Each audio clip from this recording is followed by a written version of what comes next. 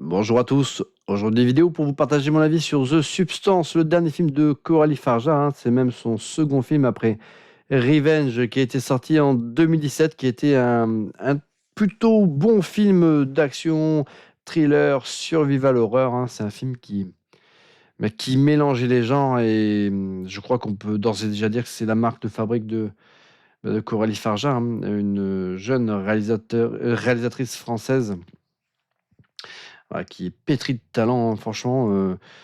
Déjà, Revenge, il avait tout d'un film, d'une production américaine, hein, que ce soit, voilà, dans la mise en scène, dans la photographie, dans le rythme. Franchement, à l'époque, moi, j'avais trouvé, que c'était ultra prometteur et j'avais été quand même scotché de savoir que c'était une réalisatrice française qui avait fait ce film. En plus, c'était son premier film. Auparavant, elle avait fait des courts-métrages que je n'ai pas vus. Et c'est vrai qu'en tout cas, la proposition, l'objet cinématographique que représentait Revenge, c'était une petite prouesse, hein. Il avait vraiment la gueule d'un bon film américain. Et moi, ça, c'est ce que j'aime. Euh, c'est un film qui traitait des sujets de prédilection de Coralie Farja, hein, qui sont, maintenant on peut le dire avec The Substance, hein, c'est dénoncer les conséquences de la masculinité toxique, hein, du patriarcat. Dans Revenge, l'histoire, c'était, on avait trois amis, hein, trois garçons là, qui se donnaient rendez-vous là, pour un week-end de partie de chasse dans le désert, hein.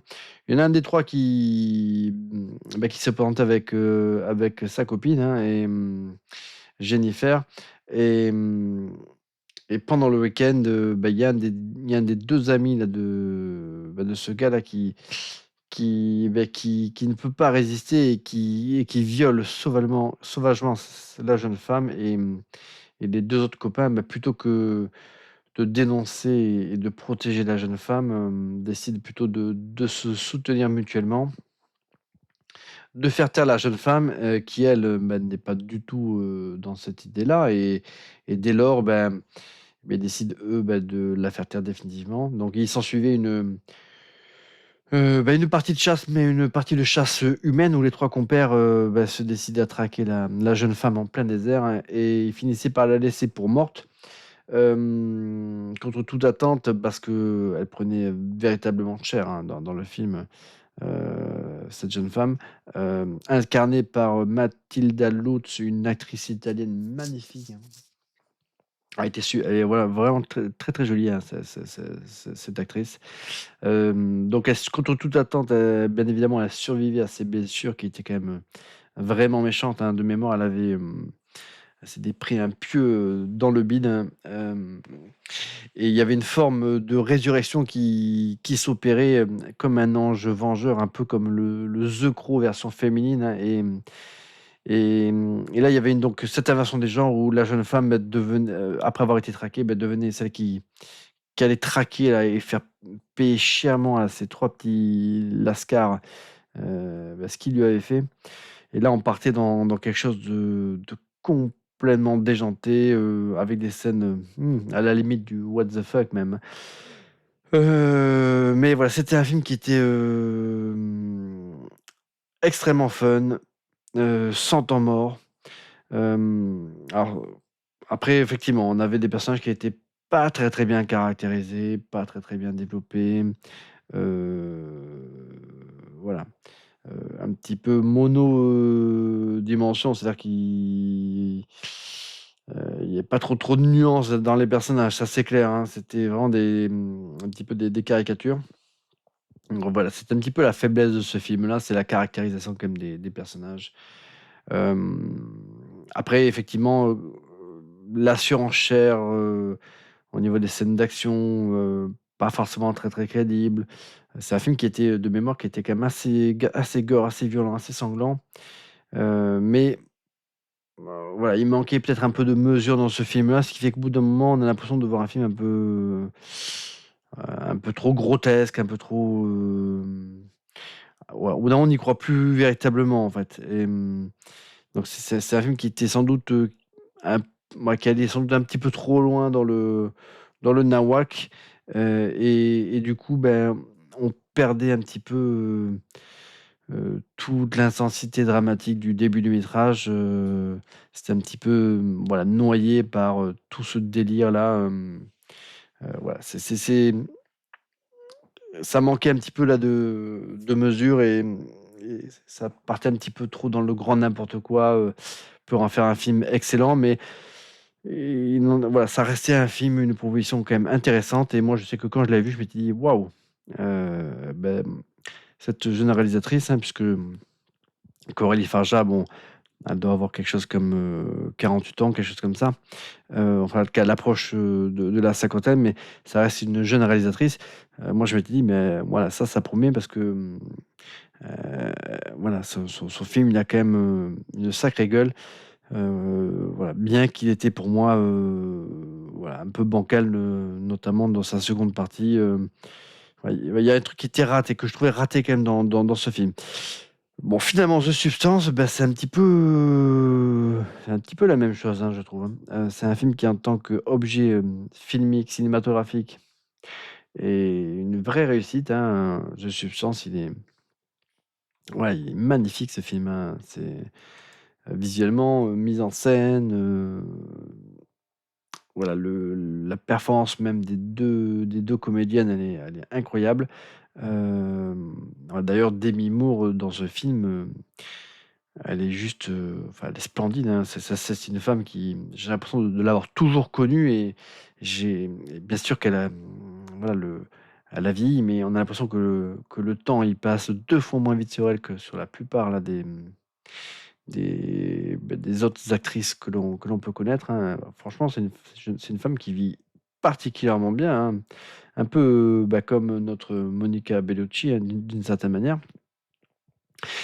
Et dans ce film-là, on avait, également, la jeune, comment elle s'appelle déjà? C'est Margaret, Qualley, hein, qui est une jeune comédienne, mannequin que moi j'avais découvert dans le film de Quentin Tarantino, Once Upon a Time in Hollywood où elle joue un petit rôle, mais, qui est un rôle qui avait quand même toute son importance, puisqu'elle était une des acolytes de Charles Manson, hein, dans ce film. Une rabatteuse, hein, voilà, de chair fraîche, comme on dit. Hem, donc The Substance, bah, c'est un film qui, un peu comme Revenge, hein, qui dénonce, bah, les dérives, de la masculinité toxique, hein, du patriarcat dans nos sociétés. C'est un film qui effectivement qui traitait, ben voilà, de ces standards-là de beauté, imposés par Hollywood et du sort là de toutes ces actrices-là qui, bah, plus le temps passant, bah, voilà, tombent en disgrâce d'une certaine manière et et qui, bah, pour certaines peuvent sombrer, dans, bah, dans la recherche, absolue, bah, de la recette contre le vieillissement et avec, bien sûr un usage, parfois abusif de la chirurgie esthétique ou autre, hein. Et ça, des exemples comme, bah, comme celui de Demi Moore dans le film, bah, on en a plein, hein, que ce soit, bah, par exemple Nicole Kidman ou Sandra Bullock ou autres, toutes ces actrices qui ont eu recours à la chirurgie esthétique de manière complètement disproportionnée et puis qui au final, en deviennent même, alors certes, elles ralentissent le vieillissement, hein, mais elles perdent, elles ont des visages qui deviennent même plus humains et parfois même elles peuvent en devenir, ouais, moches, on dirait c'est des créatures, en fait.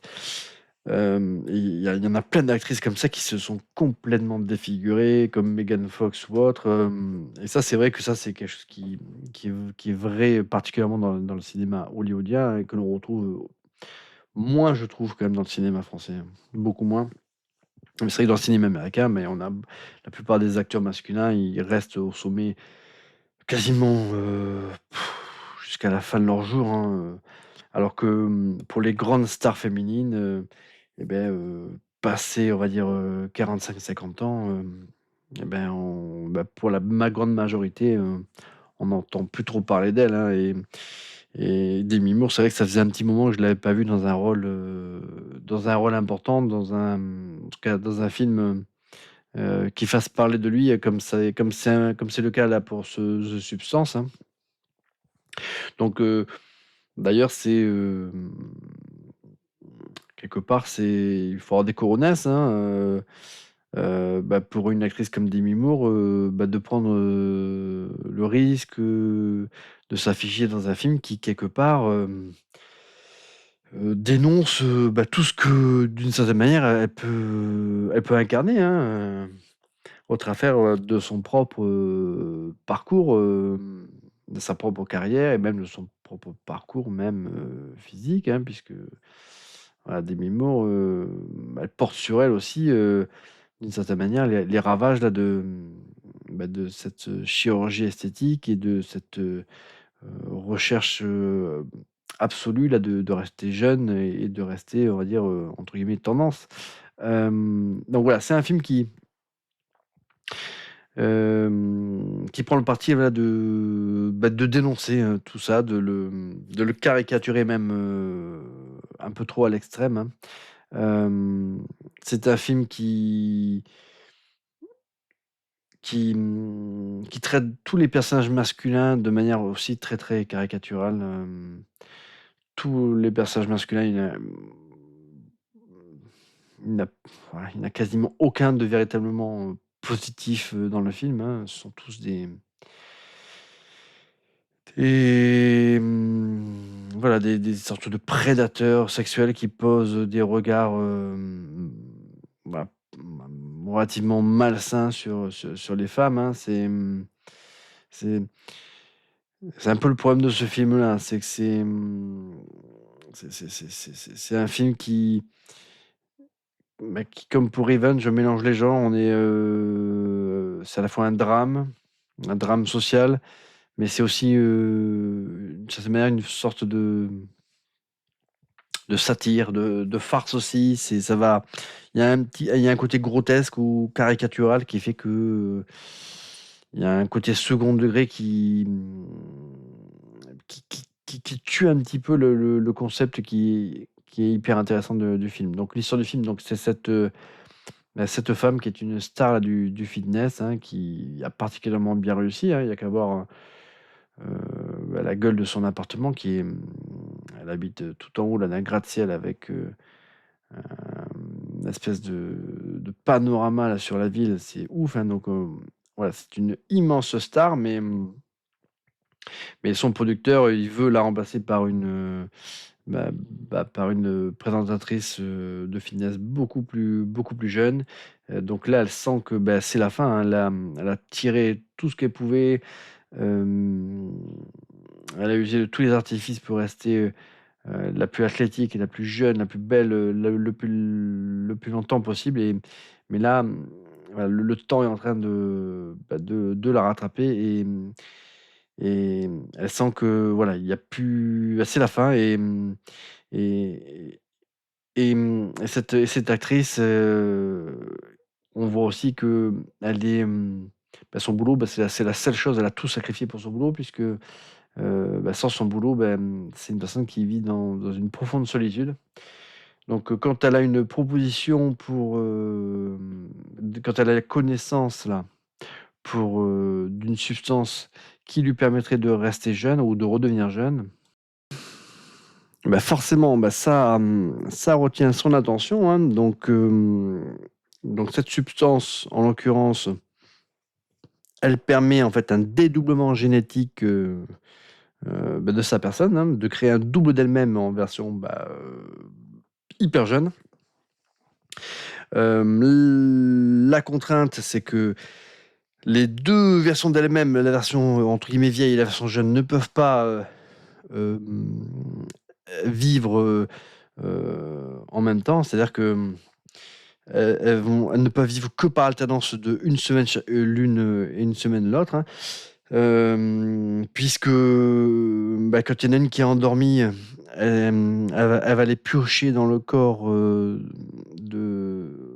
enfin, quand il y en a une qui est éveillée, elle va aller piocher dans le corps de l'autre qui est endormi, elle va lui extraire du liquide, hein. On ne sait pas trop ce que c'est que ce liquide, mais elle va aller lui avec une sorte de seringue, là, lui aspirer du liquide et se l'injecter, dans le corps. Et c'est ce transfert de fluide qui permet, qu'elle puisse, qu'elle puisse avoir, on va dire, voilà, une existence, qu'elle puisse vivre, hein. C'est ce transfert qui lui c'est ce liquide qui lui permet de subsister. Et par contre, passé 7 jours, hop, celle qui est éveillée, doit se mettre dans ce coma artificiel, de manière à ce que l'autre puisse s'éveiller. Et puis également, voilà, pendant sa semaine d'existence, elle va régulièrement aller, aspirer, du liquide dans le corps de celle qui est endormie, voilà, pour subsister. Donc, donc le pari là du personnage incarné par Demi Moore, c'est de créer donc un double gène d'elle-même pour que, ce double continue à mener l'existence, de rêve qu'elle avait et qui ne lui est plus permis en tant qu'individu vieillissant. Et donc voilà, c'est ça, son pari à elle. La problématique, c'est qu'effectivement, la contrainte, c'est qu'il faut véritablement que les 2 individus soient, respectueuses l'une envers l'autre. Parce que si, d'aventure, il y en avait une des 2 qui décidait, de prolonger, sa durée d'éveil, au-delà des 7 jours, impartis, hem, ça se matérialiserait immédiatement pour l'autre qui est en situation, de coma par, des dégradations physiques et irréversibles. Donc ça veut dire que, cette, cette existence, voilà, heu, cette double existence par intermittence doit se faire en bonne intelligence, hem sinon effectivement il peut y avoir des conséquences qui seraient dramatiques. Donc le film, heu, est pour moi très, très malin dans toute sa première partie, hein. Voilà, quand on suit, le personnage incarné par Demi Moore, quand, il lui est présenté par une société un petit peu, mystérieuse, cette substance, quand elle décide, finalement, voilà, d'essayer, hein, parce que finalement elle a rien à perdre, hein, c'est une personne qui est en train de perdre son travail, qui n'a personne dans sa vie, donc elle a rien à perdre. Et quand on voit quand on imagine là où le film pourrait nous amener, parce que, assez rapidement, bien sûr, le personnage incarné par Margaret Qualley, donc la version jeune de Demi Moore, et goûte à la célébrité et commence voilà, à ne pas forcément vouloir respecter cette règle-là et veut prolonger, son existence éveillée au-delà des 7 jours. Quand on commence un petit peu à voir les conséquences, heu, voilà que voilà, parce qu'à chaque fois que, si dès lors qu'il y en a une des 2 là qui respecte pas ce contrat-là de 7 jours, celle qui est endormie, voilà, a des conséquences physiques, irréversibles. Et puis forcément, ça, voilà, parce que, assez rapidement, on sait que ça va arriver et quand ça commence à arriver, on s'imagine une orientation que le film pourrait prendre, plutôt satisfaisante. Mais en même temps, c'est quand on pense que le film, va basculer vers quelque chose de très, très cool, que là, on retombe quelque part dans les travers de Coralie Farja, et que là, le film finalement se perd et que même tout son discours hyper intéressant sur cette société, sur, le vieillissement des femmes, l'image des femmes, sur, ces actrices même, enfin, tout ça, ça se perd finalement et on tombe dans quelque chose de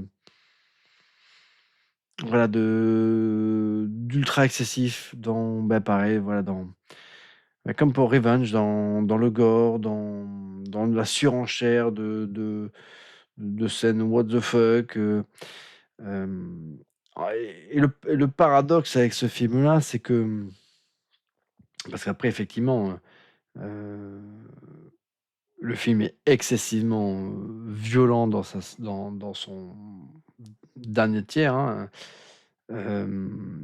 Il y a d'ailleurs des effets spéciaux qui sont bluffants, hein. C'est vrai que formellement le film il est quand même véritablement ouf, mais en fait en voulant en faire trop, hem et sans spoiler, mais il y a une forme de fatigue qui s'installe en fait.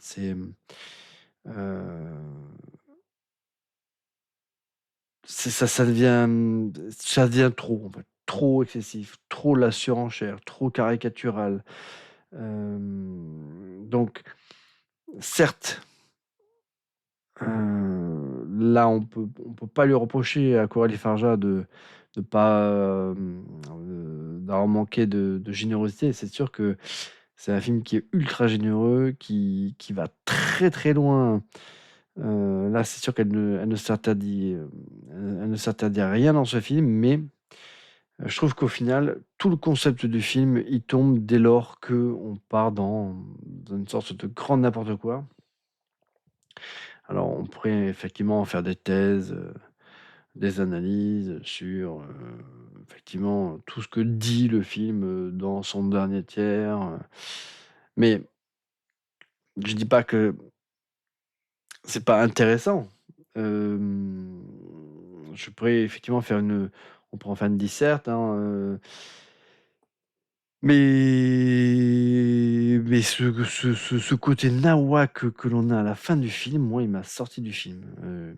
En général, moi, j'adore les films comme ça où il y a des créatures, il y a des sortes de mutants, choses comme ça. Enfin, là, le film, il va très, très loin, hein, mais en fait, au final,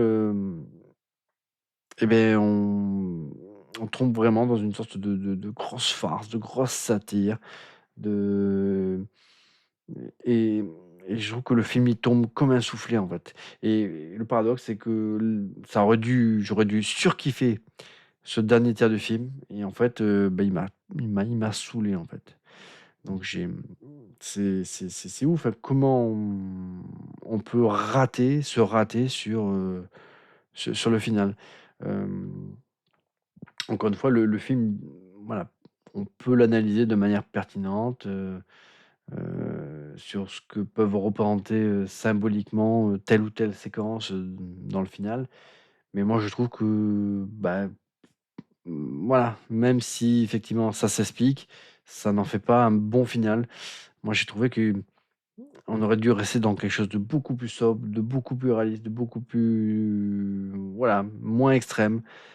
Parce qu'au final, je trouve que ça casse tout. Ce final, il casse tout. Hem, voilà, je encore une fois, le mélange des genres, c'est d'ores et déjà la marque de fabrique de cette réalisatrice, mais je trouve qu'à chaque fois, dès qu'on passe ce point de rupture dans ces films-là, où il y a ce changement de ton qui s'opère véritablement, c'est rarement pour le mieux donc voilà, alors c'est jusqu'au boutiste, hein, comme démarche, mais voilà, pour moi, ça fonctionne pas. Je trouve que, voilà, voilà, même les personnages secondaires, ça devient des caricatures, des stéréotypes, enfin, on n'y croit plus. Voilà, elle m'a complètement perdu, alors, voilà, c'est un film qui était tellement original dans toute sa première partie, même dans sa représentation des corps, hein, c'est vrai que The Substance, c'est ce qu'on appelle, un petit peu le body horror et c'est vrai que moi, au début du film, c'est un film qui m'a rappelé un film comme, The Néon Démon, heu, qui qui stylisait, pareil, comme ça la beauté, c'est sur plein d'aspects, ce film il me il voilà, il me faisait penser à The Néant Démon Mais mais voilà, mais là où Néon Démon, beh, restait quand même très, très, pertinent dans sa forme, de du début jusqu'à la fin, beh, je trouve que Coralie Forja, elle s'est complètement, plantée, en partant sur ce délire, voilà, ultra violent, ultra gore, ultra déjanté dans son final. Hem, Pourtant, voilà, il y avait plein de bonnes choses, même, cette manière de représenter comme ça la nudité, les corps, voilà, c'est fait avec beaucoup de subtilité. Jamais le spectateur pose de regard obscène, sur les images qui lui sont montrées et pourtant voilà, là, on nous épargne aucun corps dénudé des 2 actrices. C'est un film voilà, qui nous montre, des culs jusqu'à l'overdose, l'écœurement. Il y a une manière effectivement de montrer le corps de la femme, mais, justement qui est fait de manière très, très subtile. Il y a vraiment il y a un parallèle qui est fait même avec la bouffe, hein, où finalement on va consommer comme ça là de la sexualité, comme on consommerait, voilà, un plat là, en restaurant et ça c'est vrai qu'il y a un gros travail de mise en scène, dans tout on va dire les 2 premiers tiers du film qui est vraiment remarquable, je trouve mais vraiment le dernier tiers, il est pour moi, je l'ai trouvé vraiment à chier alors que j'aurais dû le surkiffer, hein, parce que moi j'adore les créatures mutantes, hybrides, j'adore les quand il y a des geysers de sang et voilà en général, ça c'est mon type de film, mais, mais c'est vrai qu'en général, je goûte peu au mélange des genres et ce que j'apprécie dans certains films, là, par contre, je trouve que c'était pas approprié pour ce film-là. Je pense qu'on aurait dû rester dans quelque chose de beaucoup plus réaliste, beaucoup plus, voilà, 1er degré et en voulant vraiment aller au bout de cette farce, de cette satire, heu et beh, voilà, certains vont crier au génie, hein, mais moi, j'ai trouvé que finalement, bah, on diluait le propos, voilà, on perdait le spectateur en route et en plus, moi, ça m'a profondément finalement ennuyé, hein. Donc voilà, je trouvais le concept du film, passionnant et franchement, voilà, encore une fois, pendant les 2 tiers du film, j'étais là: «Mais mince, c'est un putain de chef-d'œuvre, The Substance». Et après quand ça commence à partir en vrille, je me dis: «Oh là là, mais qu'est-ce qui est en train de se passer?» Et après voilà, c'est les effets spéciaux sont ouf, et voilà, c'est formellement, c'est vrai que il y a pas grand chose à dire, hein. C'est hyper réussi, mais par contre, voilà, j'ai vraiment pas du tout aimé le final de ce film, donc ce qui fait que je reste sur un sentiment, très, très partagé sur ce film, hein. D'un côté, j'ai vu, 2 comédiennes qui sont, voilà, en plus d'être charmantes, extrêmement, talentueuses dans ce film, hein, énormément de charisme. J'ai trouvé que le concept de base était excellent. J'ai trouvé que c'était voilà, même si bon, ça tend un petit peu à me saouler tous ces thèmes un peu, sociétaux où il faut toujours présenter tous les hommes comme des caricatures, des prédateurs sexuels ou autres. Moi j'ai trouvé que dans ce film-là, finalement, c'était en tout cas traité de manière assez pertinente. Mais voilà, quel dommage d'avoir pris le parti là de faire ce virage complètement, what the fuck, pour son dernier tiers, hein, pour son long final, trop long final, hein. Heu, En tout cas, moi, en tout cas, c'est pas quelque chose qui m'a plu et bien que, enfin, encore une fois, hein, voilà, si on fait une analyse plan par plan, des séquences, voilà, il y aurait beaucoup de choses à dire sur, ce que représente telle ou telle scène dans le final. Je dis pas que ça a pas du sens mais c'est juste que j'ai trouvé que c'était malvenu, en fait. C'est pas parce que le final, voilà, il raconte quelque chose, qu'il est forcément, pour moi, pertinent dans sa forme. Moi j'ai trouvé que le il était, voilà, moi je trouvais que ce final, il gâche le film complètement, il gâche l'expérience de ce film. Donc voilà. Du coup, bah, relative déception, mine de rien, par The Substance. J'avais entendu pas mal de critiques ultra positives. Heu, voilà, j'avais apprécié Revenge, hein. Bon, après, c'est pas un film qui m'avait non plus, marqué, à mort, hein, mais, à l'époque, je sais que je l'avais trouvé quand même, on va dire satisfaisant. C'était un petit film. Pareil, j'avais trouvé que ça allait un petit peu trop loin sur sa seconde partie.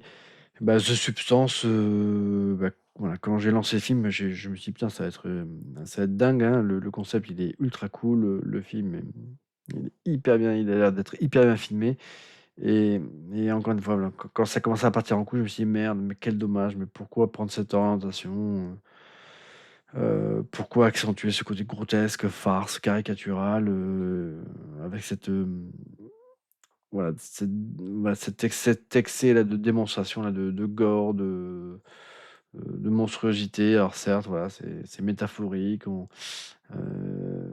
mais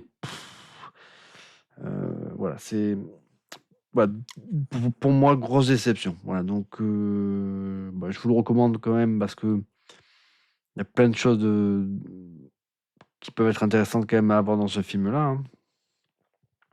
Mais par contre, en tout cas, voilà, moi je pense que ce final, il va en dérouter plus d'un et pas forcément pour le mieux. Je pense que, alors il y aura des gens qui vont être, à fond dessus, hein, ouais, qui vont voir toutes les métaphores qu'il y a sur les différentes séquences là de ce final, mais la plupart des gens, à mon avis, ils vont trouver que ce grand n'importe quoi, il détruit, quand même, la bonne intention, initiale du métrage et je pense qu'il y avait une manière différente. Enfin, on aurait pu, voilà, on aurait pu clôturer ce film de manière un peu plus pertinente, un peu plus, et tout en conservant le propos intelligent du film. Heu, voilà. Bah, écoutez, je vous dis moi à bientôt pour une prochaine vidéo les amis.